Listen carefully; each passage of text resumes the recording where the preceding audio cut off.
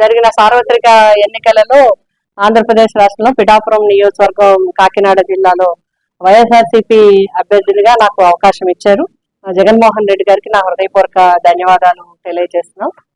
మరి కార్యకర్తలు కానీ, నాయకులు కానీ, గ్రామ గ్రామాన, వార్డు వార్డున, అదేవిధంగా వైఎస్ఆర్సీపీ అభిమానులు కానీ, నన్ను ప్రోత్సహించేవారు కానీ, నన్ను అభిమానించేవారు కానీ, ఒక ఆడపడుచుగా నా వెన్నంటి ఉండి నాకు మరి ఇన్ని ఓట్లు రావడానికి ప్రజల నుంచి నాకు చాలా సపోర్ట్ చేశారు.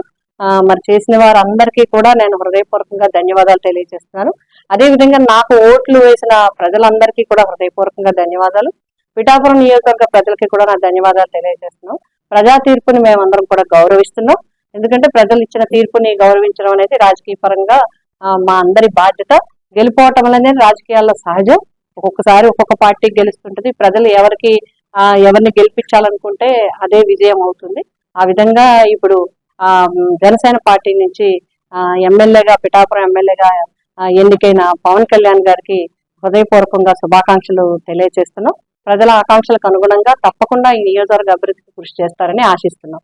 మరి మా పార్టీ పరంగా కూడా నాయకులు, కార్యకర్తలు, పెద్దలు అందరూ కలిసి, అభిమానులు అందరూ ఈ రోజు ప్రజాప్రతినిధులు అందరూ కూడా మాట్లాడుకోవడం జరిగింది. ఇప్పుడు ప్రతిపక్షంగా మా బాధ్యత కార్యకర్తలందరికీ కూడా ఎప్పటికప్పుడు వారిని అండగా ఉండటము, అదేవిధంగా ప్రజలకి ఏమన్నా అవసరం ఉంటే, మా అవసరం ఉంటే వారికి అందుబాటులో ఉండటం అనేది మా ప్రధానమైన బాధ్యత.